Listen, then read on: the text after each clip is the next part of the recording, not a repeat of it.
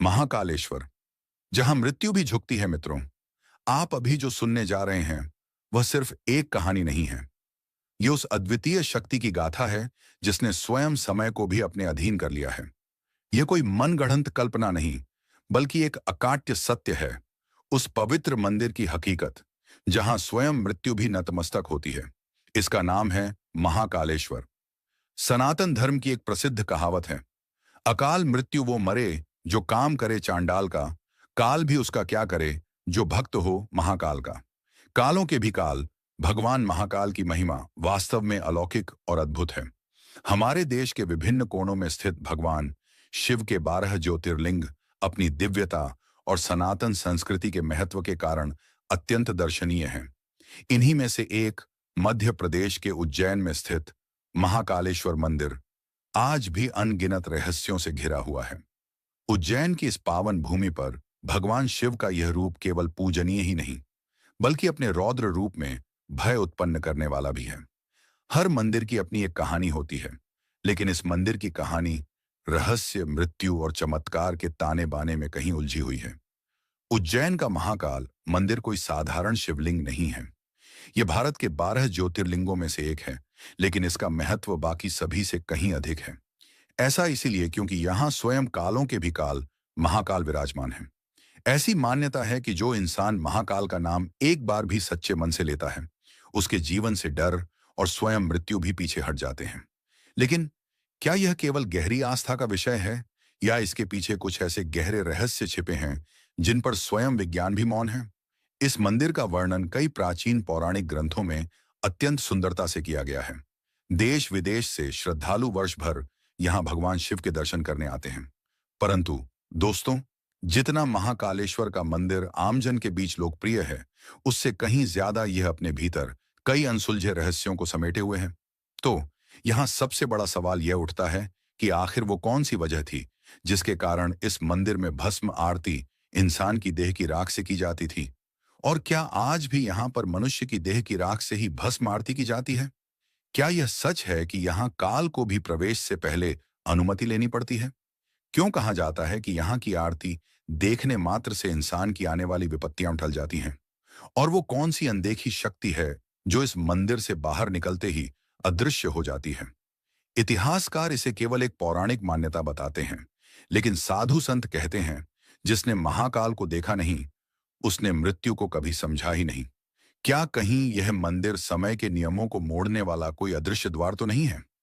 या फिर यह एक ऐसा स्थान है जहां भटकती आत्माएं चिर शांति की तलाश में आती हैं? और सबसे महत्वपूर्ण सवाल, क्यों इस मंदिर के कोतवाल काल भैरव को शराब चढ़ाई जाती है? और आश्चर्यचकित कर देने वाली बात तो यह है कि यहां चढ़ाई गई सैकड़ों हजारों लीटर शराब आखिर कहां गायब हो जाती है? क्या काल भैरव स्वयं इस शराब का भोग कर लेते हैं? और जब अंग्रेजों ने शराब के इस रहस्य को सुलझाने की कोशिश करते हुए मंदिर की खुदाई करवाई, तब ऐसा क्या हुआ जिसे देखकर अंग्रेजों के पसीने छूट गए और वे डर से फिर कभी काल भैरव मंदिर में प्रवेश करने की हिम्मत नहीं कर पाए? इतिहास में ऐसी कौन सी असाधारण घटनाएं घटी हैं जिसकी वजह से उज्जैन में कोई भी मंत्री, प्रधानमंत्री क्यों नहीं रुकते? उज्जैन में रात भर और मुख्यमंत्री मोहन यादव ने कैसे तोड़ी यह परंपरा? यह एक सदियों पुरानी मान्यता है कि कोई भी राजा या देश का प्रधानमंत्री उज्जैन में रात नहीं गुजारता, क्योंकि ऐसा माना जाता है कि उज्जैन के राजा केवल महाकाल हैं और कोई और यहाँ रात भर रहकर उनकी सत्ता को चुनौती नहीं दे सकता।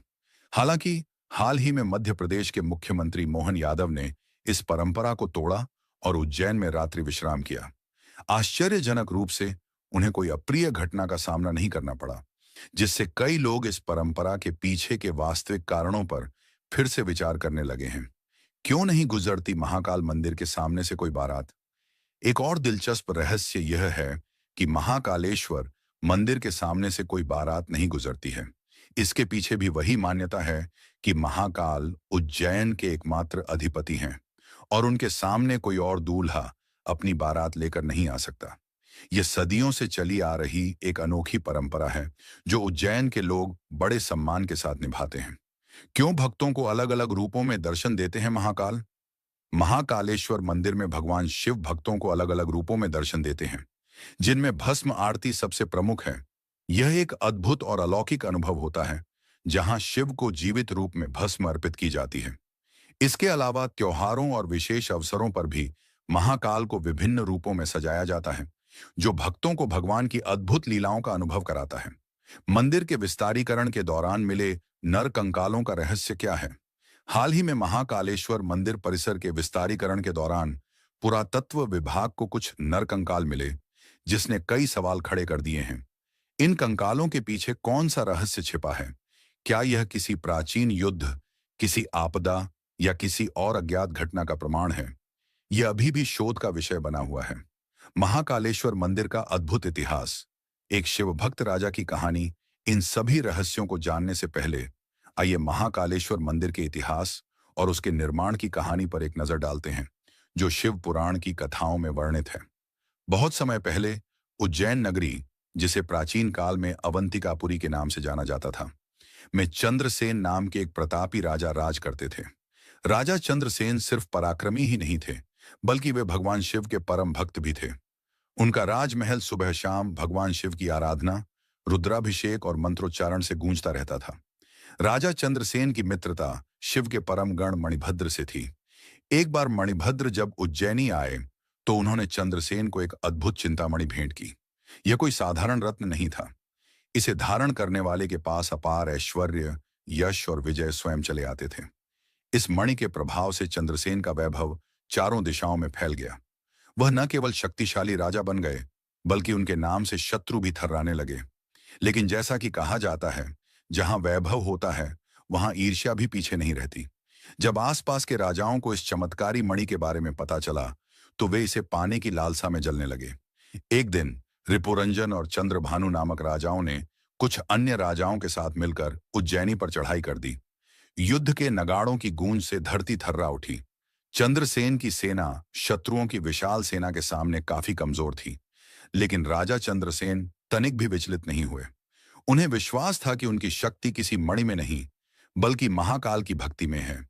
उन्होंने शस्त्र नहीं उठाए, बल्कि एक तपस्वी की तरह महाकाल वन की ओर बढ़ गए। वहां उन्होंने आंखें मूंद लीं और भगवान शिव के ध्यान में लीन हो गए। वे एयूएम नमः शिवाय मंत्र का जाप करने लगे, और धीरे धीरे उनकी आत्मा उस महाशक्तिशाली परम शिव में विलीन हो चुकी थी। उसी समय उज्जैनी में एक और भयानक संकट सिर उठा रहा था। यह था दूषण नामक एक क्रूर राक्षस, जो वेद, यज्ञ और भक्ति का घोर विरोधी था। उज्जैन में शिव भक्तों की बढ़ती संख्या और पूजा पाठ देखकर वह क्रोधित हो उठा। वह अपने असुर सैनिकों के साथ उज्जैन पर आक्रमण करने निकल पड़ा, जिसका मकसद शिव भक्तों का अंत करना, मंदिरों को तोड़ना और धार्मिक अनुष्ठानों को भंग करना था। यह कहानी हमें महाकाल की अगाध शक्ति और उनके भक्तों के प्रति उनके प्रेम को दर्शाती है। आगे की वीडियो में हम जानेंगे कि कैसे महाकाल ने अपने भक्तों की रक्षा की और इस मंदिर का निर्माण कैसे हुआ। आप महाकालेश्वर के इन रहस्यों और कहानियों के बारे में और क्या जानना चाहेंगे? महाकाल की महिमा, एक बालक की भक्ति और दूषण का अंत। एक लोभी राजा चंद्रसेन ने अपनी कुटिल चालों से भक्ति की जड़ों को उखाड़ फेंकने और स्वयं को भगवान घोषित करने का दुस्साहस किया था।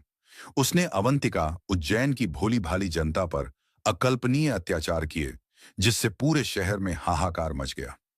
लोग अपनी जान बचाने के लिए इधर उधर भागने लगे। अवंतिका दोहरी मुसीबत में घिर चुकी थी। एक ओर लालची राजा का आतंक और दूसरी ओर एक राक्षसी शक्ति का साया। शहर भय, आशंका और अराजकता के काले बादलों से ढक चुका था। इसी दौरान आक्रमण के भय से कांपती हुई अवंतिका के एक कोने से एक विधवा गोपी अपने 5 साल के मासूम बेटे के साथ आश्रय की तलाश में भटकती हुई उसी महाकाल वन में पहुंच गई। वहां उसने एक अद्भुत दृश्य देखा। एक राजा, जिसने निश्चित रूप से ऐश्वर्यपूर्ण जीवन जिया होगा, अब एक साधक की तरह गहन तपस्या में लीन था। यह दृश्य बालक के जिज्ञासु मन को मोह गया। वह भी वहीं थोड़ी दूर बैठ गया और एक छोटा सा शिवलिंग बनाकर उसकी पूजा करने लगा। उसे जो भी फूल, जल या बेलपत्र आसपास मिले, वह श्रद्धापूर्वक शिवलिंग पर चढ़ाता गया। धीरे धीरे वह शिव भक्ति में इतना लीन हो गया कि उसे अपनी मां की पुकार भी सुनाई नहीं दे रही थी। मां बार बार बुलाती रही, आजा बेटा, भूख लगी होगी, लेकिन बालक का मन अब पूरी तरह से शिव में रम चुका था। अंत में मां का धैर्य जवाब दे गया। वह उस स्थान पर पहुंची जहां उसका बेटा पूजा कर रहा था। क्रोध में आकर उसने पूजा की सारी सामग्री फेंक दी और बालक को पीटने लगी। यह क्या पागलपन है? लेकिन तभी एक चमत्कारिक घटना घटी। अचानक वहां एक दिव्य तेज उत्पन्न हुआ। आकाश में घंटियों की मधुर ध्वनि गूंज उठी। तेज रोशनी के बीच एक भव्य मंदिर का निर्माण होता दिखाई दिया। और जब सब शांत हुआ, तब उस जगह एक दिव्य शिवलिंग प्रकट हो चुका था, जिस पर वही फूल और बेलपत्र चढ़े हुए थे जो उस बालक ने पहले चढ़ाए थे। स्वयं शिव प्रकट हो गए थे। उनकी कृपा उस मासूम भक्त पर बरस पड़ी थी। मां हैरान रह गई थी, लेकिन उसने पहली बार जाना कि सच्ची भक्ति न उम्र देखती है न साधन, वह बस भाव देखती है। यह घटना जंगल में आग की तरह फैल गई। जब यह समाचार चंद्रसेन को मिला, तो वह दौड़े दौड़े उस स्थान पर पहुंचा। उसने देखा कि शिव स्वयं एक दिव्य लिंग रूप में प्रकट हुए हैं। उसकी आंखों से आंसू बह निकले। उसका विश्वास, उसकी तपस्या, उसकी भक्ति अब मूर्त रूप में सामने थी। लेकिन यह सिर्फ भक्त की परीक्षा नहीं थी, यह राक्षस दूषण के अंत का समय भी था। जैसे ही शिव प्रकट हुए, उन्होंने अपना रौद्र रूप धारण कर लिया और महाकाल बन गए। उनकी जटाएं आकाश तक फैल गईं। त्रिनेत्र से अग्नि निकली और हाथों में त्रिशूल लिए वे दूषण की ओर बढ़े। पल भर में ही दूषण और उसकी असुर सेना का अंत हो गया। उस क्षण जो चमत्कार घटा था, उसने युद्ध की आग को भी शांति में बदल दिया। जो राजा अभी तक मणि के लोभ में उज्जैनी को रौंदने चले थे, अब उसी धरती पर महाकाल की महिमा के आगे झुक गए थे। उनके हाथों के शस्त्र गिर चुके थे और सिर शिव के चरणों में झुक चुका था। तभी से उज्जैन में महाकालेश्वर ज्योतिर्लिंग की स्थापना हुई और एक परंपरा जन्मी। जैसे काशी के राजा बाबा विश्वनाथ हैं, वैसे ही उज्जैन के राजा बाबा महाकाल हैं। यह घटना युगों युगों तक यह संदेश देती रही कि सच्ची श्रद्धा और निस्वार्थ भक्ति के आगे स्वयं भगवान भी प्रकट हो जाते हैं और अन्याय का नाश करते हैं। उज्जैन के शाश्वत शासक भगवान महाकाल प्राचीन नगरी उज्जैन में, ऐसा लगता है मानो समय स्वयं भगवान शिव की इच्छा के अधीन हो। उज्जैन में हर सुबह शिव को समर्पित पवित्र मंत्रोच्चार से शुरू होती है और हर रात महाकाल की दिव्य आरती के साथ समाप्त होती है। यहाँ कोई नश्वर राजा नहीं है, न ही कोई मानव शासक सिंहासन पर बैठा है। उज्जैन के सच्चे सम्राट स्वयं महाकाल हैं। हमने महाकालेश्वर मंदिर की पौराणिक उत्पत्ति पर प्रकाश डाला है, लेकिन इतिहास के माध्यम से इसकी यात्रा उतार चढ़ाव से भरी रही है। मंदिर को भारी चुनौतियों का सामना करना पड़ा, विशेष रूप से अशांत मुगल काल के दौरान, जब इसकी पवित्रता को नष्ट करने के अथक प्रयास किए गए। व्यापक रूप से यह माना जाता है कि 1235 ईस्वी में दिल्ली के सुल्तान इल्तुतमिश ने महाकालेश्वर मंदिर पर अपना क्रोध बरसाया और इसे खंडहर में बदल दिया। इतिहास इस बात का गवाह है कि कैसे मुस्लिम आक्रमणकारियों ने हिंदू परंपराओं को मिटाने के जोश में अक्सर पवित्र स्थलों को ध्वस्त कर दिया और उनकी जगह मस्जिदें बनवाईं। अनगिनत भक्तों के लिए आस्था का एक धड़कता हुआ केंद्र महाकालेश्वर मंदिर एक प्रमुख लक्ष्य बन गया। जब मंदिर के महत्व की खबर इल्तुतमिश तक पहुंची, तो उसने तुरंत अपने सैनिकों को इसे ध्वस्त करने का आदेश दिया। हालांकि समर्पित हिंदू समुदाय ने आसन्न हमले की आशंका से तुरंत कार्रवाई की। इससे पहले कि आक्रमणकारी गर्भगृह में स्थापित पवित्र स्वयंभू ज्योतिर्लिंगम पर हाथ डालते, उन्होंने इसे श्रद्धापूर्वक पास के एक कुएं में सुरक्षित रख दिया, इसे अपवित्र होने से बचाया। दुखद रूप से बाद में औरंगजेब ने खंडित मंदिर के खंडहरों पर एक मस्जिद बनाने का आदेश दिया। 500 से अधिक दर्दनाक वर्षों तक महाकाल मंदिर जीर्ण शीर्ण और तबाह स्थिति में रहा। फिर भी मलबे के बीच भी भक्तों की अटूट आस्था बनी रही और भगवान महादेव की पूजा ध्वस्त संरचना के अवशेषों में भी होती रही। 1728 ईस्वी में आखिरकार आशा की एक किरण तब उभरी जब बहादुर मराठा योद्धा राणोजी राव सिंधिया ने मुगलों को निर्णायक रूप से हराया। एक धर्मी पुनः प्राप्ति की भावना के साथ उन्होंने मंदिर की पवित्र भूमि पर बनी मस्जिद को ध्वस्त कर दिया। 1732 ईस्वी में महाकालेश्वर मंदिर उज्जैन में फिर से खड़ा हो गया, जो अटूट आस्था का प्रमाण था, और पवित्र ज्योतिर्लिंगम को उसके उचित स्थान पर पुनः स्थापित किया गया। महाकालेश्वर के रहस्य उजागर अपने समृद्ध इतिहास और मनमोहक किंवदंतियों से परे, महाकालेश्वर मंदिर गहरे रहस्यों में डूबा हुआ है। आइए उनमें से कुछ का पता लगाएं। एक, रहस्यमय स्वयंभू शिवलिंग। महाकालेश्वर मंदिर के हृदय में एक वास्तव में असाधारण शिवलिंग निवास करता है। इसे स्वयंभू माना जाता है, जिसका अर्थ है स्वयं प्रकट या स्वयं उत्पन्न, मानव हाथों द्वारा स्थापित नहीं। इसके उद्भव की कहानी कही गई है, लेकिन इसकी मात्र उपस्थिति ही आश्चर्य की भावना जगाती है।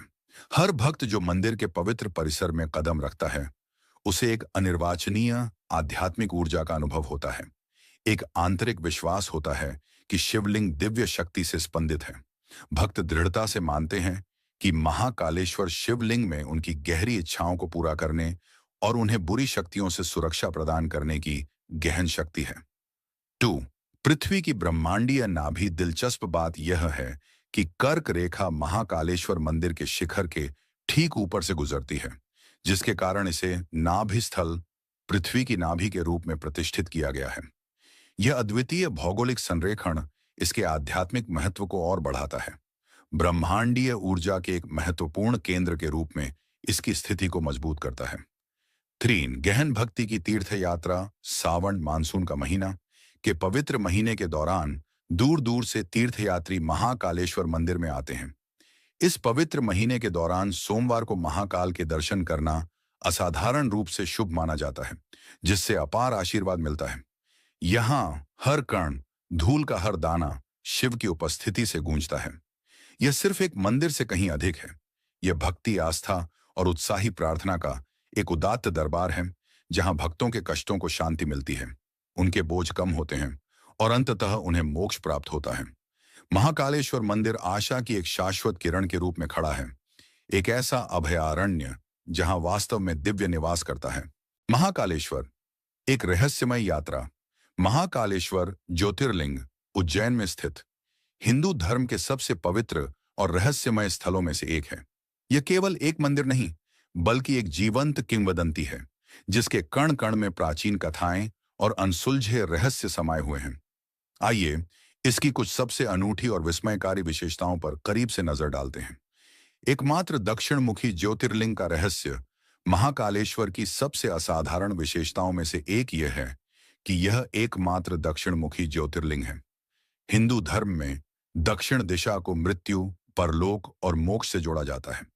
ऐसा माना जाता है कि भगवान शिव अपने महाकाल स्वरूप में इस दिशा की ओर मुख करके बैठे हैं, जो दर्शाता है कि वे मृत्यु और समय के भी स्वामी हैं। यह अनूठी स्थिति महाकालेश्वर को अन्य 11 ज्योतिर्लिंगों से अलग करती है और इसे एक गहन आध्यात्मिक महत्व प्रदान करती है। कल्पना कीजिए, भगवान स्वयं मृत्यु के देवता के रूप में विराजमान हैं, अपने भक्तों को जन्म और मृत्यु के चक्र से मुक्ति का मार्ग दिखा रहे हैं। तो नागचंद्रेश्वर मंदिर का अलौकिक रहस्य। उज्जैन का महाकाल मंदिर 3 मंजिलों में निर्मित एक अद्भुत संरचना है। सबसे निचले तल पर आपको साक्षात महादेव का ज्योतिर्लिंग मिलेगा, जहां दिन रात भक्त उनकी पूजा अर्चना करते हैं। मध्य तल पर भगवान शिव को ओंकारेश्वर के रूप में पूजा जाता है, जो उनकी एयुएम ध्वनि के साथ एक रूपता का प्रतीक है। लेकिन सबसे ऊपरी तल पर स्थित नागचंद्रेश्वर मंदिर एक रहस्य से घिरा हुआ है। यह मंदिर साल में केवल एक बार नाग पंचमी के शुभ अवसर पर खुलता है। लोक कथाओं के अनुसार सर्पों के राजा तक्षक नाग आज भी इस स्थान पर गुप्त रूप से निवास करते हैं। मंदिर में स्थापित प्रतिमा मराठा काल की है और इसमें भगवान शिव और देवी पार्वती को शेषनाग पर विराजमान दिखाया गया है। ऐसी प्रतिमा विश्व में कहीं और देखने को नहीं मिलती। यह नजारा इतना दुर्लभ और दिव्य है कि नाग पंचमी पर भक्तों की भीड़ उमड़ पड़ती है इस अद्वितीय दर्शन को पाने के लिए। यह मान्यता है कि इस दिन दर्शन करने से सर्प दोष से मुक्ति मिलती है और जीवन में सुख समृद्धि आती है। 3, राजा विक्रमादित्य और महाकाल का शाश्वत संबंध। भारत के इतिहास के महानतम सम्राटों में से एक राजा विक्रमादित्य अपनी बुद्धि, वीरता और भगवान शिव के प्रति अटूट भक्ति के लिए जाने जाते थे।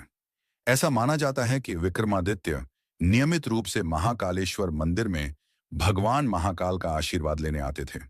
उनका मंदिर से गहरा जुड़ाव इस पवित्र स्थल के ऐतिहासिक महत्व को और बढ़ा देता है, जो राजा की श्रद्धा और उनके शासनकाल के दौरान मंदिर की प्रमुखता का प्रमाण है। राजा विक्रमादित्य और महाकाल के बीच के संबंध को लेकर अनगिनत कहानियां और किंवदंतियां पीढ़ियों से चली आ रही हैं। जो उज्जैन की सांस्कृतिक विरासत को समृद्ध करती हैं। वेताल पचीसी और सिंहासन बत्तीसी जैसी प्रसिद्ध कथाओं में भी विक्रमादित्य और महाकाल के इस पवित्र बंधन का वर्णन मिलता है। ये कथाएं बताती हैं कि राजा अपने हर महत्वपूर्ण निर्णय से पहले महाकाल की आज्ञा लेते थे। यह दर्शाता है कि भगवान महाकाल उनके मार्गदर्शक और प्रेरणा स्रोत थे। 4. काल भैरव मंदिर। शराब का रहस्य और अलौकिक भोग। उज्जैन शहर से लगभग 8 किलोमीटर की दूरी पर स्थित काल भैरव मंदिर करोड़ों लोगों के लिए आस्था का केंद्र है। महाकालेश्वर के दर्शन करने वाले प्रत्येक भक्त इस मंदिर में अवश्य जाते हैं, क्योंकि ऐसा माना जाता है कि काल भैरव के दर्शन के बिना महाकालेश्वर की यात्रा अधूरी है। मंदिर के पुजारियों के अनुसार इस मंदिर का उल्लेख स्कंद पुराण के अवंती खंड में मिलता है, जो इसकी प्राचीनता और महत्व को दर्शाता है। इस मंदिर में भगवान काल भैरव के वैष्णव स्वरूप की पूजा की जाती है। काल भैरव भगवान शिव का एक रौद्र और तांत्रिक रूप है, जिन्हें तामसिक प्रवृत्ति का देवता माना जाता है। यही कारण है कि उन्हें मदिरा, शराब का भोग लगाया जाता है। महाकालेश्वर मंदिर में भी बाबा काल भैरव को शराब चढ़ाने की यह अनोखी परंपरा सदियों से चली आ रही है। लेकिन इस परंपरा से जुड़ा एक ऐसा रहस्य है जिसे आज तक कोई नहीं सुलझा पाया है। काल भैरव को चढ़ाई गई शराब आखिर जाती कहाँ है? भक्त यह मानते हैं कि जो शराब बाबा को अर्पित की जाती है, वह चमत्कारिक रूप से गायब हो जाती है, मानो भगवान स्वयं उसे ग्रहण कर रहे हों। यह रहस्यमय प्रचलन मंदिर को और भी अधिक आकर्षक और अलौकिक बनाता है, जो भक्तों को विस्मय में डाल देता है। महाकालेश्वर मंदिर वास्तव में एक ऐसी जगह है जहां इतिहास, आस्था और रहस्य एक साथ मिलते हैं। यहाँ का हर कोना एक कहानी कहता है और हर पत्थर एक प्राचीन किंवदंती को समेटे हुए है। क्या आप भी इन रहस्यों को करीब से अनुभव करना चाहेंगे? काल भैरव मंदिर। एक अद्भुत रहस्य। उज्जैन में स्थित काल भैरव मंदिर एक ऐसा स्थान है जहां आस्था और रहस्य का अनूठा संगम देखने को मिलता है। यहाँ की सबसे चमत्कारी बात यह है कि भगवान काल भैरव की प्रतिमा को चढ़ाई गई शराब स्वयं मूर्ति द्वारा पी ली जाती है। यह दृश्य किसी को भी अचंभित कर सकता है, क्योंकि शराब से भरा कटोरा जब मूर्ति के होठों से लगाया जाता है तो वह देखते ही देखते गायब हो जाती है, मानो मूर्ति सचमुच उसे पी रही हो। सबसे चौंकाने वाली बात यह है कि इस मूर्ति में कहीं भी कोई सुराख या निकास का रास्ता दिखाई नहीं देता। इतिहास के पन्ने। ब्रिटिश काल से अब तक इस चमत्कार ने न केवल स्थानीय लोगों को बल्कि ब्रिटिश अधिकारियों को भी हैरान कर दिया था। ब्रिटिश काल में एक अंग्रेज अफसर कैप्टन हंटर ने इसे धोखाधड़ी मानते हुए इस रहस्य का पर्दाफाश करने की कोशिश की। उन्होंने मंदिर की खुदाई करवाई और मूर्ति को तोड़ने का भी प्रयास किया, लेकिन उनके हाथ कुछ भी नहीं लगा। इस घटना के कुछ ही दिनों बाद कैप्टन हंटर की रहस्यमयी तरीके से मृत्यु हो गई। इस घटना के बाद ब्रिटिश सरकार ने मंदिर परिसर में किसी भी तरह की छेड़छाड़ पर प्रतिबंध लगा दिया। अंग्रेजों की तरह इस रहस्य को उजागर करने की कोशिशें भारतीय वैज्ञानिकों, पत्रकारों और यहां तक कि विदेशी पर्यटकों ने भी की हैं। 1916 के दशक में कुछ भारतीय वैज्ञानिकों और पुरातत्व विभाग के विशेषज्ञों ने मंदिर की मूर्ति और संरचना का गहन निरीक्षण किया। उन्हें संदेह था कि मूर्ति के अंदर कोई पाइपलाइन जुड़ी हो सकती है, जिसके जरिए शराब कहीं जमा होती होगी। उन्होंने आधुनिक उपकरणों से स्कैनिंग भी की, लेकिन शराब के जमा होने का कोई भी सबूत नहीं मिला। इसी तरह कुछ जर्मन और फ्रेंच डॉक्यूमेंट्री टीमों ने काल भैरव मंदिर पर वीडियो बनाए। उन्होंने एचडी कैमरों और माइक्रोफोन से मूर्ति की हरकतों को रिकॉर्ड करने की कोशिश की। कैमरे में मूर्ति के होठों से शराब गायब होती तो दिखी, लेकिन उन्हें कोई छेद या पाइपलाइन नजर नहीं आई। एक ब्रिटिश टीम ने तो इसे a case of collective divine illusion कहकर संबोधित किया, जिसका अर्थ है कि यह आस्था और रहस्य का एक अद्वितीय मिश्रण है। विक्रम विश्वविद्यालय से डॉ. बाकंडकर भी अपनी टीम के साथ खुदाई करने पहुंचे, लेकिन उन्हें भी जमीन के अंदर कहीं शराब का कोई निशान नहीं मिला। आज भी चाहे जितने भी टैंकरों से शराब चढ़ाई जाए, वह कहां जाती है? यह एक अनसुलझा रहस्य बना हुआ है। यह वास्तव में एक दुर्लभ प्रतिमा है, जिसमें शराब को गायब करने की अद्भुत शक्ति और क्षमता है, जिसे दैवीय शक्ति ही कहा जा सकता है। मीडिया और चमत्कार। कई भारतीय पत्रकारों और टीवी चैनलों जैसे आज तक, एनडीटीवी, हिस्ट्री टीवी 18 आदि ने काल भैरव मंदिर पर विशेष कार्यक्रम चलाए हैं। हर रिपोर्ट का निष्कर्ष यही रहा है कि यह आस्था, तंत्र और चमत्कार का एक ऐसा सम्मेलन है जिसे विज्ञान आज तक पूरी तरह समझ नहीं पाया है। औरंगजेब और कुत्तों का रहस्य। एक लोक कथा के अनुसार जब मुगल शासक औरंगजेब के सैनिक काल भैरव मंदिर को नष्ट करने के लिए पहुंचे, तब अचानक कई सारे कुत्ते झुंड में प्रकट हुए और उन पर हमला कर दिया। कुत्तों के काटने से कई सैनिक घायल हो गए और उनमें से कुछ तो पागलपन का शिकार हो गए। इस घटना के बाद सैनिकों ने मंदिर से दूरी बना ली। यह कहानी इस मंदिर से जुड़े अनेक चमत्कारों में से एक है, जो इसकी अलौकिक शक्ति को दर्शाती है। काल भैरव मंदिर का यह रहस्य आज भी बरकरार है, जो हमें यह सोचने पर मजबूर करता है कि कुछ चीजें विज्ञान की समझ से परे हैं और केवल आस्था और विश्वास से ही समझी जा सकती हैं। यह घटना इतनी भयानक थी कि औरंगजेब के सैनिक एक दूसरे पर हमला करने लगे, आपस में ही लड़ने मरने लगे। इस खौफनाक मंजर को देख औरंगजेब पूरी तरह घबरा गया। उसने तुरंत अपने अंगरक्षकों को उन सैनिकों को मारने का आदेश दिया जो हिंसक हो गए थे, ताकि वे बाकी सैनिकों या स्वयं औरंगजेब को नुकसान न पहुंचा सकें। इस वाकये के बाद औरंगजेब ने काल भैरव मंदिर पर हमला करने का विचार छोड़ दिया और तुरंत वहां से लौट गया। काल भैरव मंदिर की मान्यताएं और चढ़ावे। इस मंदिर में जब किसी भक्त को कोर्ट के मुकदमे में जीत मिलती है, तो वे बाबा के दरबार में मावे के लड्डू का प्रसाद चढ़ाते हैं। वहीं जिन भक्तों की सूनी गोद भर जाती है, वे बाबा को बेसन के लड्डू और चूरमे का भोग लगाते हैं। प्रसाद चाहे कोई भी हो, बाबा के दरबार में आने वाला हर भक्त उम्मीद से आता है और बाबा काल भैरव अपने आशीर्वाद से उसके कष्टों को दूर करते हैं। उज्जैन के सेनापति और शत्रु नाशक काल भैरव महाकाल की नगरी होने के कारण काल भैरव को उज्जैन नगर का सेनापति भी कहा जाता है। उन्हें शत्रु नाशक के रूप में भी पूजा जाता है। मराठा काल में महादाजी सिंधिया ने युद्ध में विजय पाने के लिए भगवान को अपनी पगड़ी अर्पित की थी। पानीपत के युद्ध में मराठों की हार के बाद तत्कालीन शासक महादाजी सिंधिया ने राज्य की पुनः स्थापना के लिए भगवान के सामने अपनी पगड़ी रख दी थी। उन्होंने भगवान काल भैरव से प्रार्थना की कि युद्ध में विजय मिलने के बाद वे मंदिर का जीर्णोद्धार करवाएंगे। काल भैरव की कृपा से महादाजी सिंधिया ने सभी युद्धों में विजय हासिल की और फिर उन्होंने मंदिर का भव्य जीर्णोद्धार करवाया। तब से मराठा सरदारों की पगड़ी भगवान काल भैरव के शीश पर पहनाई जाती है, जो उनके अटूट विश्वास और विजय का प्रतीक है।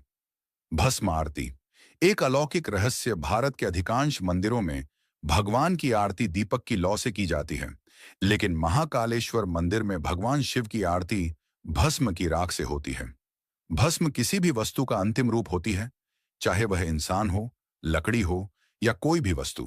जलने के बाद अंत में हमें भस्म ही प्राप्त होती है। महाकालेश्वर मंदिर में की जाने वाली भस्म आरती हिंदू पूजा की सबसे अनूठी और मनमोहक रस्मों में से एक है। इसे देखने के लिए दूर दूर से हजारों लाखों श्रद्धालु आते हैं। यह आरती हर सुबह लगभग 4 बजे की जाती है और इसमें भगवान शिव को पवित्र भस्म चढ़ाई जाती है। इस अनुष्ठान को वास्तव में आकर्षक बनाने वाली बात यह है कि वर्तमान में भस्म जली हुई कपिला गाय के गोबर, शमी, पीपल, बर्ड और अमलताज से बनाई जाती है। हालांकि पुराने समय में इसे श्मशान घाट पर पहली चिता की राख से बनाया जाता था। जी हाँ, ये सच है। पहले यहां इंसान की देह की पहली चिता की राख से ही भस्म आरती की जाती थी, लेकिन कुछ अज्ञात कारणों से अब इंसानी चिता की राख से भस्म आरती करना बंद कर दिया गया है। फिर भी कुछ लोगों का मानना है कि यहां आज भी इंसान की चिता की राख से ही भस्म आरती होती है, लेकिन इस बात को अत्यंत गुप्त रखा जाता है, जिससे इस प्राचीन परंपरा का रहस्य और भी गहरा हो जाता है। कैलाश पर्वत एक ऐसा रहस्यमय स्थान जिसे समझ पाना आज भी इंसान के लिए असंभव है। ऐसा माना जाता है कि कोई भी इंसान आज तक इस पर्वत की चोटी तक नहीं पहुंच सका। लेकिन क्या यह पूरी सच्चाई है? नहीं, क्योंकि एक ऐसा तांत्रिक था जिसने न केवल कैलाश पर्वत पर चढ़ाई की, बल्कि वह पहला और अब तक का एकमात्र व्यक्ति बना जिसे इस दिव्य स्थान की ऊंचाइयों को छूने की अनुमति मिली। आज हम बात करेंगे तिब्बत के एक भयानक और रहस्यमयी तांत्रिक की, जिसने अपनी तंत्र शक्तियों से एक पूरे गांव को तबाह कर दिया, 80 से अधिक लोगों की जान ली, फिर भी उसे कैलाश पर्वत की पवित्र ऊंचाइयों तक पहुंचने का वरदान मिला। आखिर ऐसा कैसे हुआ? और जब वह तांत्रिक कैलाश की चोटी से वापस लौटा, तो उसने ऐसा कुछ बताया जिसे सुनकर तिब्बत की धरती कांप उठी। उसने जो अनुभव साझा किया, उसने लोगों की सोच ही बदल दी। यहां तक कि उस खूंखार तांत्रिक को लोग ईश्वर का अवतार मानने लगे। ये कहानी है मिलारेपा की, एक ऐसा इंसान जो अंधकार से चलकर प्रकाश की ओर आया, जिसने काला जादू सीखा, जीवन में तबाही मचाई और फिर आत्मज्ञान के मार्ग पर चलते हुए महान संत बना।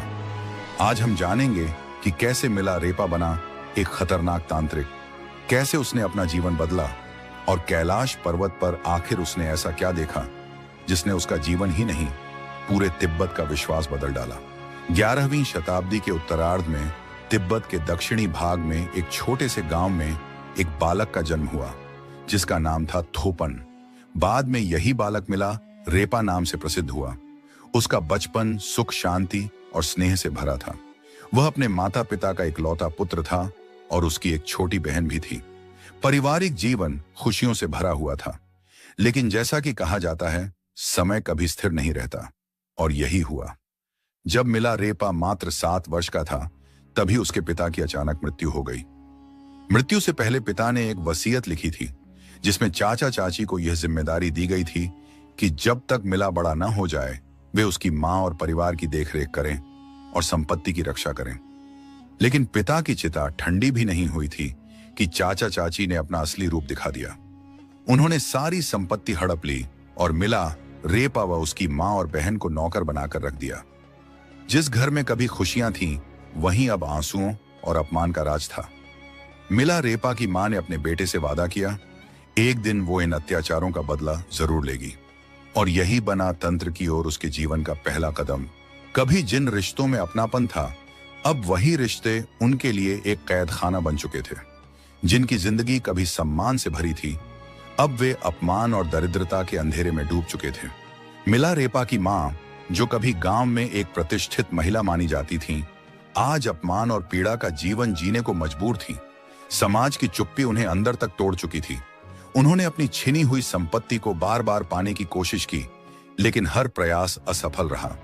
गांव के लोगों ने अन्याय देखा, पर किसी ने आवाज नहीं उठाई। एक दिन टूटी हुई उम्मीदों के बीच उन्होंने कठोर निर्णय लिया। उन्होंने अपने बेटे मिलारेपा से कहा, शायद हम अपना सब कुछ वापस न ला पाएं, लेकिन जो हमें तबाह कर गए उन्हें हम भी चैन से जीने नहीं देंगे। बदला जरूर लेंगे। ये शब्द मिलारेपा के जीवन की दिशा बदलने वाले थे। बदले की आग उनके हृदय में जल उठी थी। मां की आंखों में जो जलता हुआ अपमान देखा, वही उनके मार्गदर्शक बन गया। मिलारेपा ने ठान लिया कि वह तांत्रिक विद्या सीखेगा, एक ऐसी विद्या जो दुश्मनों को बिना सामने आए मिटा दे।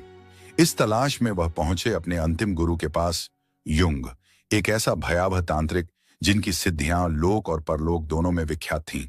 गुरु युंग के साए में मिलारेपा ने मृत्यु और विनाश के रहस्यों को सीखा। उनका लक्ष्य अब स्पष्ट था, बदला। उन्होंने ऐसे मंत्रों को सिद्ध किया जिससे वह प्रकृति को अपने आदेशों पर चला सकें। विशेष रूप से ओलावृष्टि का आह्वान करने की शक्ति उन्होंने प्राप्त की। सबसे पहला प्रयोग उन्होंने अपने चाचा और चाची के गांव पर किया। एक दिन आकाश से भारी ओले बरसने लगे, खेत खलिहान तबाह हो गए और गांव वालों पर आतंक छा गया। लोग समझ चुके थे, यह कोई सामान्य आपदा नहीं, यह तांत्रिक प्रकोप है। यह था मिलारेपा का पहला बदला। लेकिन यह अंत नहीं था। वह दिन आया जब चाचा के बेटे की शादी थी। पूरा गांव सज धज कर एकत्र हुआ था। मिलारेपा ने इस समारोह को अपने बदले की आखिरी परीक्षा बनाया। जैसे ही विवाह रस्में शुरू हुई, अचानक वहां जहरीले सांप, विषैले कीड़े और मकड़ियां प्रकट होने लगे। घबराहट और भगदड़ मच गई। तभी एक भीषण हादसा हुआ। घर की छत गिर पड़ी। करीब 80 लोगों की मृत्यु हो गई। मिलारेपा का बदला पूरा हुआ। गांव में उनकी मां ने गर्व से घोषणा की, मेरा बेटा अब निर्भय है, उसने अन्याय का जवाब दे दिया। लेकिन मिलारेपा के मन में अब शांति नहीं थी। वह विचारों के बवंडर में फंसे थे। बदले की आग ने उन्हें वह सब छीन लिया था जो कभी उन्हें इंसान बनाता था। अब वह सोच रहे थे, क्या यह जीत थी या आत्मा की हार? मिलारेपा के भीतर अपराध बोध की आग जल उठी थी। जिन मासूमों ने कभी उनका कुछ नहीं बिगाड़ा, वे भी उस भयानक तांडव में मारे गए थे। जिस बदले से उन्हें आत्मिक शांति मिलनी थी, अब वही एक गहरा पश्चाताप बन चुका था। यहीं से शुरू हुआ उनका आत्म मंथन, आत्मशुद्धि का कठिन मार्ग। इसी समय उनकी भेंट हुई एक बौद्ध लामा से, जिन्होंने उन्हें सुझाव दिया कि वह महान गुरु मारपा की शरण में जाएं। गुरु मारपा केवल एक साधक नहीं, बल्कि भारत से ज्ञान की अमूल्य निधि लेकर आए हुए एक संत हैं, जिन्होंने तिब्बत में बौद्ध धर्म की कई पवित्र शिक्षाओं का अनुवाद किया था। उनकी बुद्धिमत्ता और करुणा की ख्याति दूर दूर तक फैली थी। जब मिलारेपा गुरु मारपा के गांव पहुंचे तो उनका स्वागत किसी संत की तरह नहीं, बल्कि एक कठोर परीक्षा से हुआ। गुरु मारपा जानते थे कि सच्चे ज्ञान की प्राप्ति केवल तप, त्याग और आत्मशुद्धि से ही संभव है। उन्होंने मिलरेपा को भयंकर श्रम की साधना में झोंक दिया। कभी ऊंचे पहाड़ों से भारी पत्थर लाना, तो कभी उन्हें दुर्गम स्थानों तक पहुंचाना।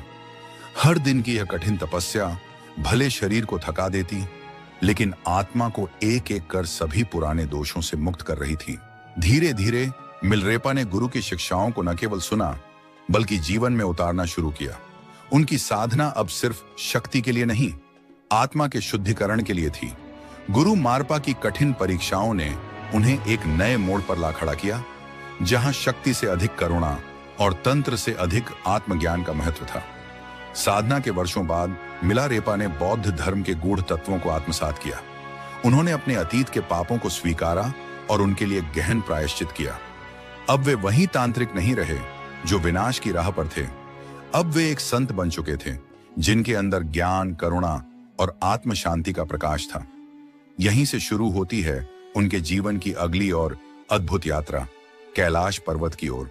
तिब्बत में स्थित कैलाश पर्वत न केवल हिंदू धर्म, बल्कि बौद्ध, जैन और बोन धर्मों में भी पवित्र माना जाता है। शिव पुराण, स्कंद पुराण और मत्स्य पुराण जैसे कई ग्रंथों में कैलाश खंड के रूप में इसकी महिमा का वर्णन मिलता है। मान्यता है कि यही भगवान शिव का दिव्य निवास है, जहां वे अपने परिवार और गणों के साथ साक्षात रहते हैं। मिलारेपा ने 1093 ईस्वी में इस रहस्यमयी पर्वत की यात्रा शुरू की। यह यात्रा सिर्फ एक भौतिक चढ़ाई नहीं थी, बल्कि आत्मा के उच्चतम शिखर तक पहुंचने की कोशिश थी। यात्रा के दौरान उन्हें भेंट हुई एक और विलक्षण आत्मा से, नरोबाण नामक एक प्रसिद्ध बौद्ध प्रचारक। नरोबाण ने मिलारेपा को एक चुनौती दी।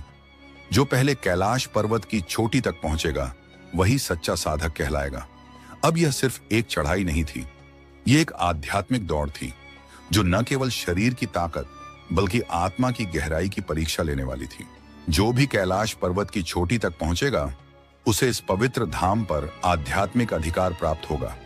यह कोई साधारण चुनौती नहीं थी, बल्कि एक आध्यात्मिक युद्ध की घोषणा थी। नरोबान जी ने तुरंत ही पर्वत की कठिन चढ़ाई शुरू कर दी।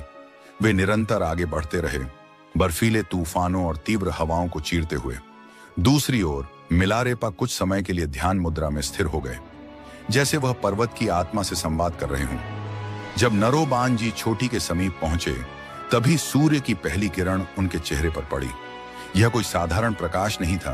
वह किरण इतनी तीव्र, इतनी तेजस्वी थी कि उनकी आंखें झपकने लगीं और वे पीछे हटने को मजबूर हो गए। इसी क्षण मिलारेपा ध्यान से उठे और बिना किसी अवरोध के चोटी की ओर बढ़ चले। अंततः वे नरोबान जी से पहले कैलाश की चोटी पर पहुंच गए। यह केवल शारीरिक विजय नहीं थी, यह मिलारेपा की आत्मिक शक्ति और सिद्धियों की विजय थी। यह पर्वतारोहण एक रहस्य बन गया, एक आध्यात्मिक लीला। चोटी पर पहुंचकर मिलारेपा ने कुछ ऐसे अनुभव किए जिन्हें शब्दों में पिरोना असंभव है। उन्होंने कहा, कैलाश पर्वत साधारण मानव के लिए नहीं है, यह स्वयं महादेव का निवास है। यहां आकर चढ़ाई करना शिव की तपस्या में विघ्न डालने जैसा पाप है। मिलारेपा का यह संदेश आज भी कैलाश यात्रियों के लिए एक चेतावनी है। केवल वही यहां चढ़ने का प्रयास करें जो आत्मा की गहराइयों में उतर चुके हों, जिन्होंने साधना की चरम सीमाएं छू ली हों। एक और रहस्य यह है कि कैलाश पर्वत की तलहटी में समय की गति सामान्य नहीं है। ऐसा कहा जाता है कि यहाँ एक दिन धरती के 1 माह के बराबर होता है। अर्थात यहाँ यदि आप एक दिन रुकें तो आपके शरीर पर 1 महीने का असर दिखेगा। वैज्ञानिक भाषा में इसे फास्ट एजिंग कहा जाता है, यानी शरीर की कोशिकाएं अत्यधिक तेजी से क्षरण करती हैं। उदाहरण के लिए, यदि सामान्यतः 1 महीने में नाखून 4 बार काटने पड़ते हैं, तो यहाँ एक ही दिन में 4 बार काटने की जरूरत पड़ सकती है।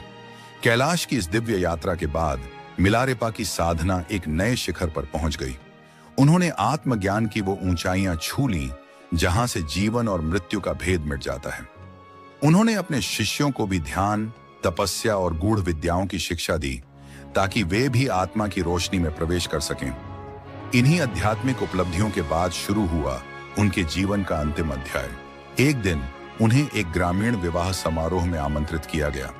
उनके स्वागत के लिए एक विशेष आसन सजाया गया।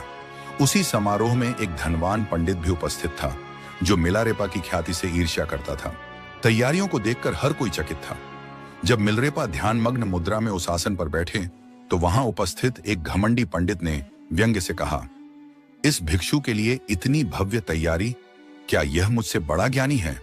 पंडित सीधे मिलरेपा के पास आया और अहंकार में डूबे स्वर में बोला, मैंने सुना है कि तुम बहुत ज्ञानी हो, तो इन ग्रंथों को पढ़कर साबित करो कि तुम्हारा ज्ञान कितना गहरा है। मिलरेपा ने शांत स्वर में उत्तर दिया, सच्चा ज्ञान किताबों से नहीं, अनुभव और आत्म साक्षात्कार से आता है, इसलिए मैं इन सांसारिक पुस्तकों को नहीं पढ़ता। पंडित हंसा और बोला, मैं जानता था कि तुम यही कहोगे, मैं तो तुम्हारा सच सामने लाने ही आया हूं। वह बदतमीजी से बोलने लगा, जिससे उपस्थित लोग असहज हो गए। कुछ लोगों ने उसे रोकने की कोशिश की, लेकिन वह और अधिक क्रोधित होकर वहां से चला गया। उसके भीतर अब ईर्ष्या और द्वेष की आग जल उठी थी। उसने बदले की भावना से एक षड्यंत्र रचा, मिलरेपा की हत्या का। एक गरीब महिला को लालच देकर उसने कहा, अगर तुम मिलरेपा को यह विष मिला दही खिला दो, तो मैं तुम्हें हीरे का हार दूंगा और शादी का वादा भी करता हूं। लालच में आकर वह महिला विष भरा दही लेकर मिलरेपा के पास पहुंची, लेकिन जैसे ही मिलरेपा ने उसे देखा, वे मुस्कुराए और बोले, मैं यह दही अवश्य खाऊंगा, पर पहले वह हीरे का हार तो ले आओ, क्योंकि शादी का वादा तो केवल एक झूठ है। महिला डर के मारे लौट गई और पंडित को सब कुछ बता दिया। तब पंडित ने हार उसे सौंपा और फिर से भेजा।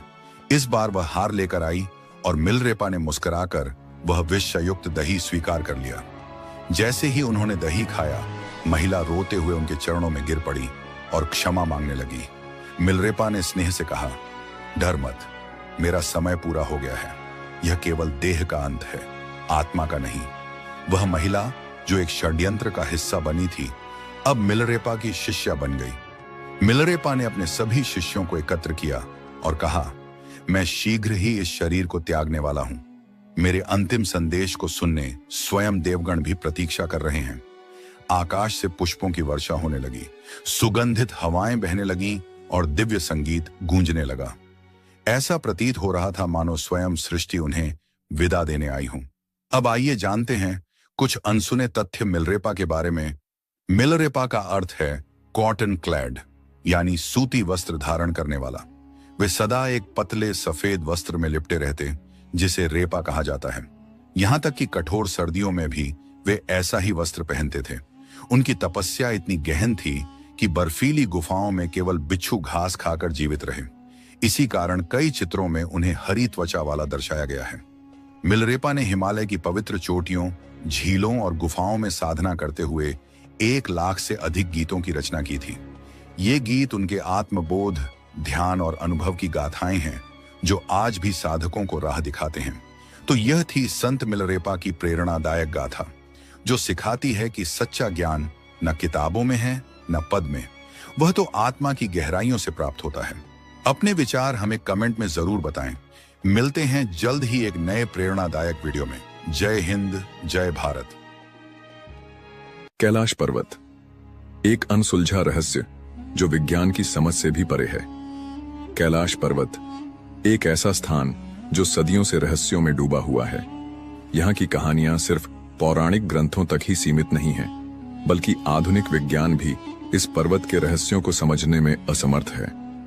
साल 2001 में चीन सरकार ने कुछ ऐसा देखा जिसने उन्हें कैलाश पर्वत पर चढ़ाई करने पर सख्त प्रतिबंध लगाने के लिए मजबूर कर दिया। आखिर वह क्या रहस्य था जिसने चीन को इतना बड़ा कदम उठाने पर मजबूर कर दिया? क्यों इस पर्वत की चोटी तक कोई नहीं पहुंच सकता?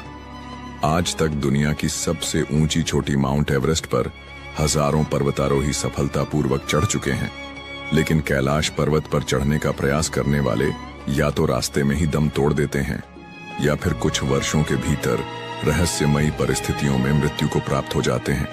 केवल एक व्यक्ति, एक रहस्यमयी साधु इस पर्वत की चोटी तक पहुंचा था, लेकिन उसने जो देखा उसे कभी किसी के साथ साझा नहीं किया। कैलाश पर्वत पर क्यों बढ़ती है उम्र की रफ्तार? विज्ञान कहता है कि पृथ्वी पर समय की गति हर जगह समान होती है, लेकिन कैलाश पर्वत पर समय कुछ और ही कहानियां बयां करता है। यहां आने वाले तीर्थयात्री दावा करते हैं कि कैलाश के आसपास समय की चाल असामान्य रूप से तेज हो जाती है। कई साधु यह भी मानते हैं कि यहाँ एक अलौकिक ऊर्जा प्रवाहित होती है, जिससे यहाँ मौजूद किसी भी जीव की उम्र 2 गुनी रफ्तार से बढ़ने लगती है।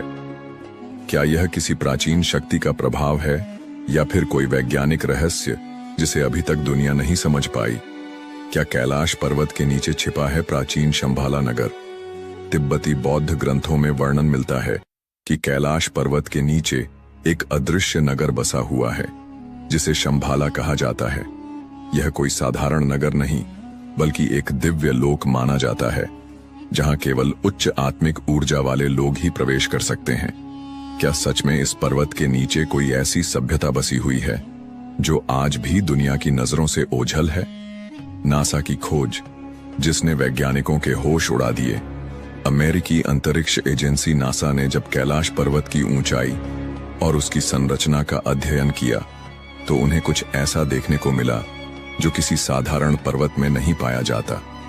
सैटेलाइट इमेज में देखा गया कि कैलाश पर्वत एक विशालकाय पिरामिड के आकार का है और यह बिल्कुल सटीक दिशाओं में स्थित है, मानो इसे किसी ने बहुत सोच समझकर बनाया हो। क्या यह कोई प्राकृतिक संरचना है या किसी प्राचीन सभ्यता द्वारा निर्मित एक दिव्य संरचना? जब चीन ने कैलाश पर्वत पर हेलीकॉप्टर भेजा, चीन ने कैलाश पर्वत के रहस्यों को समझने के लिए जब इस क्षेत्र में एक हेलीकॉप्टर भेजा, तो कुछ चौंकाने वाली घटनाएं घटीं। बताया जाता है कि जैसे ही हेलीकॉप्टर पर्वत के शिखर के करीब पहुंचा, उसके सभी नेविगेशन सिस्टम अचानक से फेल हो गए और हेलीकॉप्टर को आपातकालीन लैंडिंग करनी पड़ी। कुछ रिपोर्ट्स में यह भी दावा किया गया कि हेलीकॉप्टर के पायलट ने वहां एक अदृश्य ऊर्जा के प्रभाव को महसूस किया।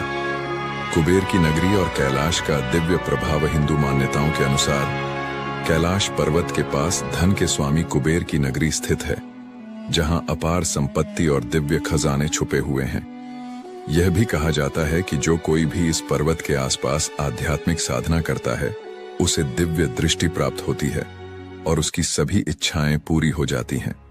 तो आखिर कैलाश पर्वत सिर्फ एक पहाड़ है या कोई रहस्यमयी शक्ति केंद्र?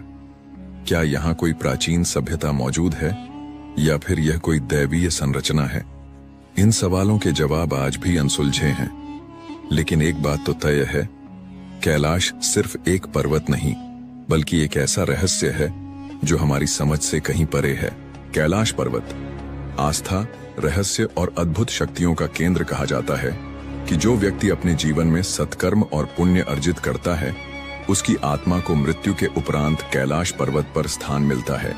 यही कारण है कि यह पर्वत न केवल धार्मिक आस्था का केंद्र है, बल्कि इसे दुनिया के सबसे अद्भुत और रहस्यमयी पर्वतों में भी गिना जाता है। समुद्र तल से 6,718 मीटर की ऊंचाई पर स्थित कैलाश पर्वत हिंदू, बौद्ध और जैन धर्म के अनुयायियों के लिए परम पवित्र स्थल है। धार्मिक मान्यताएं और आस्था का प्रतीक हिंदू धर्म में कैलाश पर्वत को भगवान शिव का दिव्य निवास माना जाता है, जहां वे माता पार्वती के साथ निवास करते हैं। मान्यता है कि यह वही स्थान है जहां शिव जी ने योग और ध्यान की अद्भुत साधनाएं की और कैलाश को सृष्टि के केंद्र का स्वरूप प्रदान किया। बौद्ध धर्म के अनुयायी मानते हैं कि परम आनंद के प्रतीक बुद्ध डेम चौक चक्र संवर इस पर्वत के अधिष्ठाता देव हैं। वहीं जैन धर्म में इसे अष्टापद पर्वत के नाम से जाना जाता है, जहां प्रथम तीर्थंकर भगवान ऋषभदेव ने निर्वाण प्राप्त किया था। इन मान्यताओं के कारण कैलाश पर्वत को सिर्फ एक पर्वत नहीं, बल्कि आध्यात्मिक ऊर्जा का केंद्र माना जाता है। क्या कैलाश पर्वत वास्तव में एक प्राचीन पिरामिड है? साल 1999 में रूस के एक प्रसिद्ध खोजकर्ता अर्नेस्ट मुल्दाशिफ और उनकी टीम ने कैलाश पर्वत के रहस्यों को जानने के लिए एक रोमांचक यात्रा की। इस दल में भूवैज्ञानिक, भौतिकविद और इतिहासकार शामिल थे। उन्होंने कैलाश पर्वत के आसपास कई महीने बिताए और वहां की रहस्यमयी गतिविधियों का अध्ययन किया।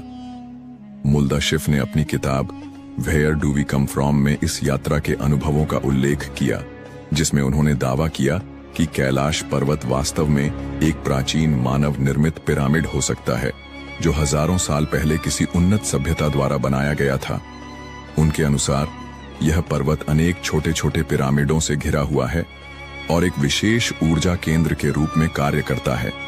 कैलाश पर्वत के भीतर से आती अजीब आवाजें, इस शोध दल ने बताया कि जब वे रात के समय पर्वत के पास रुके तो उन्होंने महसूस किया कि पहाड़ के भीतर से एक अजीब तरह की फुसफुसाहट और पत्थरों के गिरने की आवाजें आ रही थीं। ऐसा प्रतीत होता था जैसे पर्वत के अंदर कोई छिपा हुआ संसार हो। एक रात जब मुल्दा शिफ और उनके साथी विश्राम कर रहे थे, उन्होंने स्पष्ट रूप से पत्थरों के खिसकने और किसी के चलने जैसी आवाजें सुनी। यह एक अविश्वसनीय अनुभव था जिसने उन्हें यह सोचने पर मजबूर कर दिया कि क्या कैलाश पर्वत वास्तव में किसी गुप्त शक्ति या अलौकिक जीवों का निवास स्थान है। समय की गति में विचित्र परिवर्तन। कैलाश पर्वत के आसपास समय भी अपनी गति बदल लेता है। यहाँ आने वाले कई यात्रियों ने पाया कि उनके बाल और नाखून असामान्य रूप से तेजी से बढ़ने लगते हैं। जहाँ आमतौर पर बाल और नाखून बढ़ने में हफ्तों का समय लगता है, वहीं कैलाश पर्वत के निकट मात्र 2 दिनों में ही बाल और नाखून काफी बड़े हो जाते हैं। वैज्ञानिकों का मानना है कि यह कैलाश क्षेत्र की विशेष चुंबकीय ऊर्जा के कारण हो सकता है, जो शरीर की कोशिकाओं की वृद्धि दर को बढ़ा देती है। लेकिन इस रहस्य का अब तक कोई ठोस वैज्ञानिक प्रमाण नहीं मिल पाया है। कैलाश पर्वत, एक अनसुलझी पहेली। कैलाश पर्वत को लेकर कई कथाएं और दावे किए जाते हैं, लेकिन अब तक कोई भी वैज्ञानिक या खोजी दल इसके रहस्यों की गहराई तक नहीं पहुंच पाया है। यह स्थान सिर्फ एक पर्वत नहीं, बल्कि अध्यात्म, चमत्कार और अनसुलझे रहस्यों का अद्भुत संगम है। तो क्या कैलाश पर्वत वास्तव में भगवान शिव का निवास स्थान है? क्या यह कोई प्राचीन पिरामिड है, या फिर यहाँ कोई ऐसी अलौकिक शक्ति छिपी हुई है जिसे आज तक कोई नहीं समझ पाया? कैलाश पर्वत, एक दिव्य रहस्य। जब आप कैलाश पर्वत के पवित्र क्षेत्र में प्रवेश करते हैं तो ऐसा महसूस होता है जैसे आसमान में कोई विमान उड़ रहा हो। लेकिन ध्यान से सुनने पर यह ध्वनि किसी साधारण गड़गड़ाहट जैसी नहीं लगती। यह ध्वनि कभी डमरू के नाद जैसी प्रतीत होती है, तो कभी AUM की पवित्र गूंज के समान। वैज्ञानिक इसे एक प्राकृतिक घटना मानते हैं और कहते हैं कि यह ध्वनि संभवतः बर्फ के पिघलने से उत्पन्न होती है। लेकिन क्या यह सिर्फ एक संयोग है, ध्वनि या दिव्य संकेत? वहां जाने वाले कई साधक और यात्री मानते हैं कि यह कोई साधारण प्राकृतिक ध्वनि नहीं, बल्कि एक दिव्य संकेत है। ऐसा कहा जाता है कि कैलाश पर्वत की अत्यंत शक्तिशाली ऊर्जा और उसकी आध्यात्मिक तरंगें इस ध्वनि को जन्म देती हैं। तिब्बती ग्रंथों में भी उल्लेख मिलता है कि इस पर्वत के आसपास एक अदृश्य कंपन रहता है, जो केवल साधना में लीन योगियों को अनुभव होता है।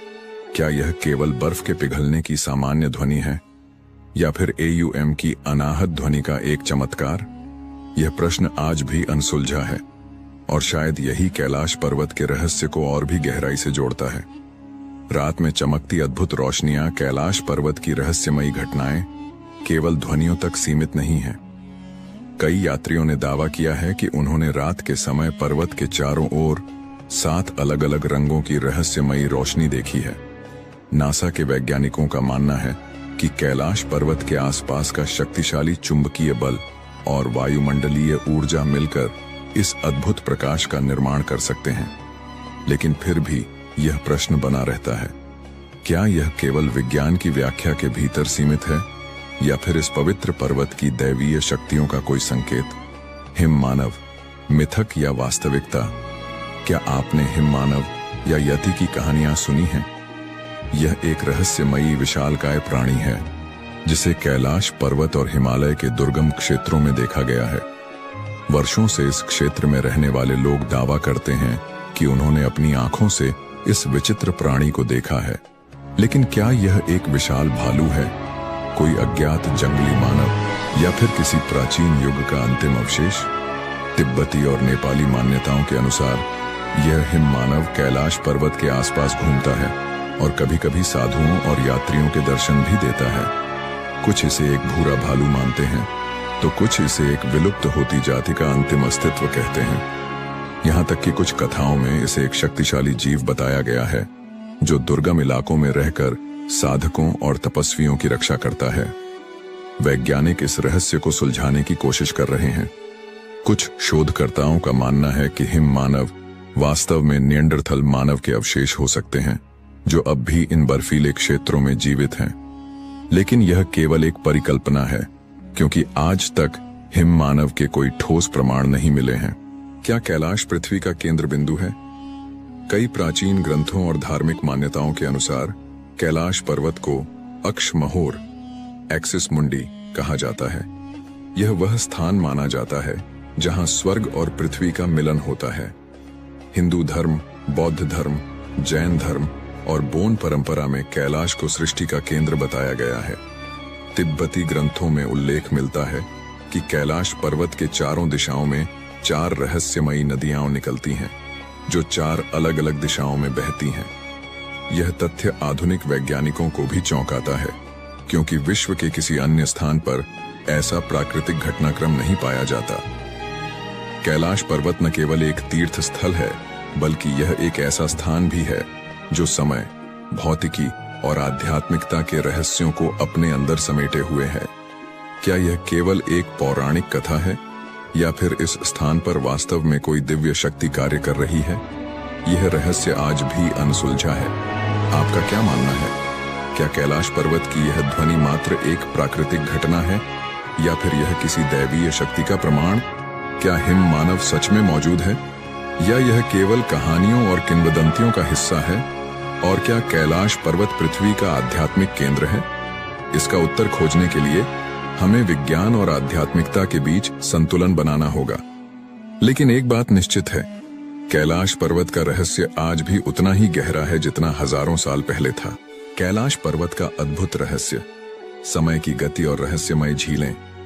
कैलाश पर्वत सदियों से रहस्य, आध्यात्म और चमत्कारों का केंद्र रहा है। यह केवल एक पर्वत नहीं, बल्कि एक ऐसा स्थान है जहां प्रकृति के नियम भी विचित्र ढंग से कार्य करते हैं। कहते हैं कि यहां समय की गति सामान्य नहीं रहती। जो कुछ हफ्तों में घटित होना चाहिए वह यहां चंद दिनों में ही पूरा हो जाता है। यही नहीं, यहां आने वाले कई यात्रियों ने यह अनुभव किया कि उनकी त्वचा समय से पहले ही बूढ़ी दिखने लगी। वैज्ञानिक भी इस पहेली को समझने में असमर्थ हैं। रूसी चिकित्सक डोनाल्ड अर्नेस्ट मुल्दाशिफ ने अपने संस्मरणों में एक आश्चर्यजनक घटना का उल्लेख किया है। उन्होंने बताया कि एक साइबेरियाई पर्वतारोही दल कैलाश पर्वत की चोटी तक पहुंचने के प्रयास में था, लेकिन जैसे ही वे एक विशेष बिंदु तक पहुंचे, कुछ ही क्षणों में उनकी उम्र असामान्य रूप से बढ़ने लगी। वे देखते ही देखते वृद्ध दिखने लगे। इससे भी अधिक आश्चर्य की बात यह थी कि उस घटना के बाद उन पर्वतारोहियों की उम्र इतनी तेजी से बढ़ी कि महज 1 वर्ष के भीतर ही वे मृत्यु को प्राप्त हो गए। क्या यह कोई प्राकृतिक घटना थी या फिर कैलाश पर्वत पर कोई अदृश्य शक्ति कार्य कर रही थी? 2 झीलें, 2 विपरीत शक्तियां। कैलाश पर्वत के आधार पर स्थित 2 झीलें, मानसरोवर और राक्षस ताल, जो एक दूसरे के बेहद करीब हैं, लेकिन स्वभाव में पूरी तरह भिन्न हैं। ऐसा लगता है मानो ये झीलें प्रकृति के 2 अलग अलग पहलुओं का प्रतिनिधित्व करती हैं। एक सकारात्मक ऊर्जा का स्रोत तो दूसरी नकारात्मक शक्तियों का प्रतीक।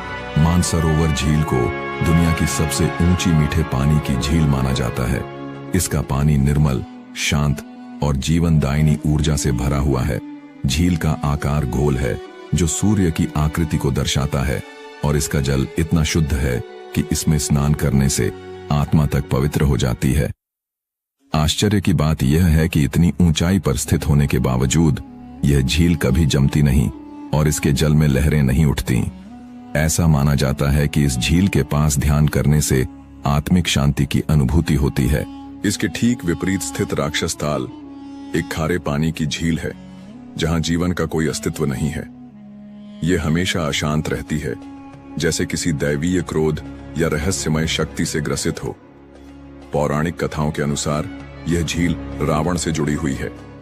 कहा जाता है कि कैलाश पर्वत पर भगवान शिव की तपस्या करने से पहले रावण ने इसी झील में स्नान किया था। जैसे ही उसने इसमें डुबकी लगाई, झील की ऊर्जा बदल गई। और इसमें आसुरी शक्तियों का प्रभाव बढ़ गया।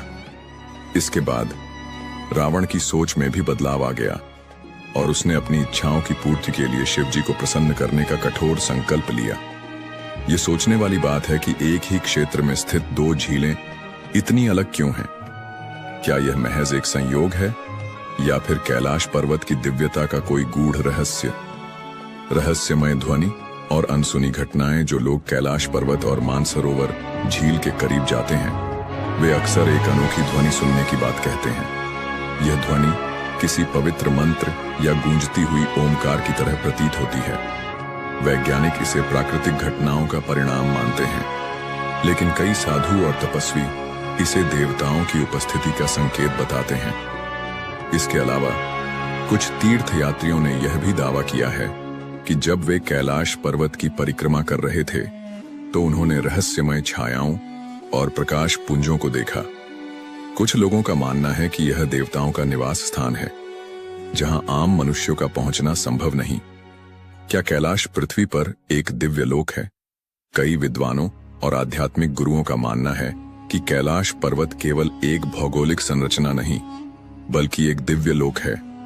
यहाँ ब्रह्मांड की ऊर्जाएं कार्यरत हैं, जो साधारण मानव इंद्रियों से परे हैं। इस स्थान का रहस्य समय की गति में विचित्र बदलाव और दो झीलों की अद्भुत भिन्नता यह सिद्ध करती है कि कैलाश पर्वत केवल एक पर्वत नहीं, बल्कि स्वयं एक चमत्कारी शक्ति है।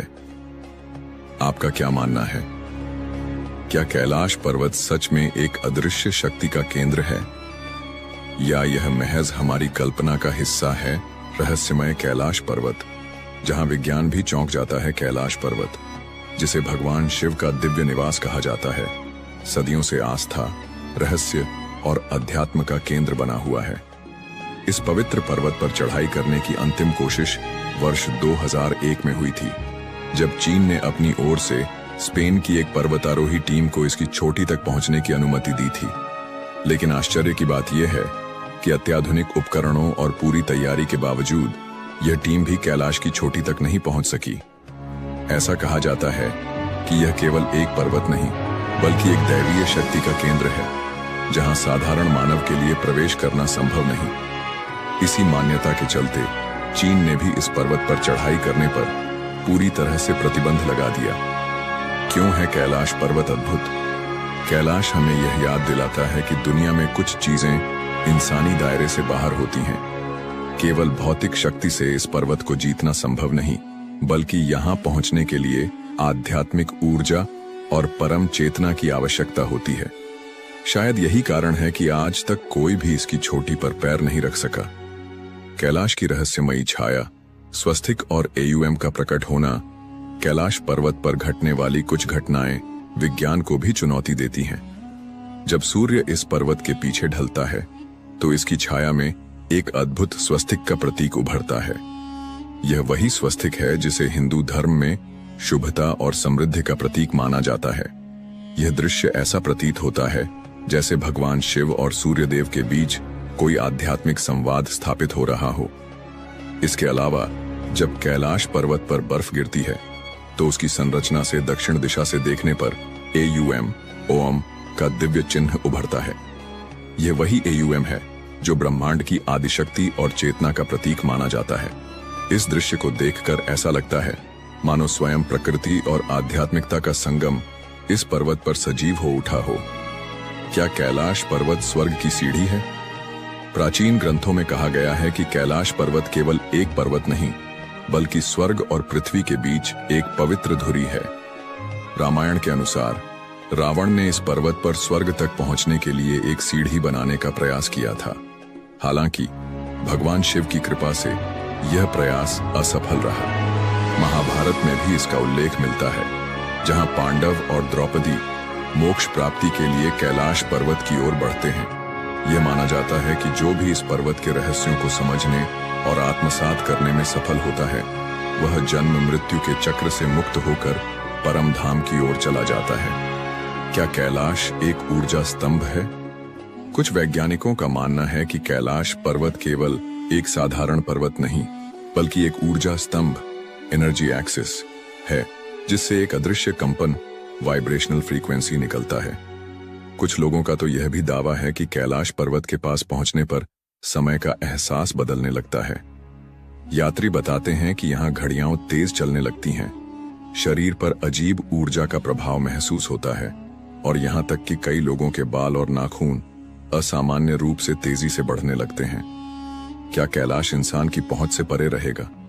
इतिहास गवाह है कि जितनी भी पर्वतारोहण टीमों ने कैलाश की चोटी पर पहुंचने की कोशिश की, उन्हें किसी न किसी अदृश्य शक्ति ने रोक दिया। यह केवल एक साधारण पहाड़ नहीं, बल्कि शिव का धाम है, जहां प्रवेश करने के लिए केवल शारीरिक बल नहीं, बल्कि आध्यात्मिक शुद्धता की आवश्यकता होती है। शायद यही कारण है कि आज तक कोई भी इस पर्वत की चोटी पर कदम नहीं रख सका। तो क्या कैलाश हमेशा के लिए मानव सभ्यता की पहुंच से परे रहेगा, या फिर भविष्य में कोई इसका रहस्य खोल सकेगा? यह तो आने वाला समय ही बताएगा।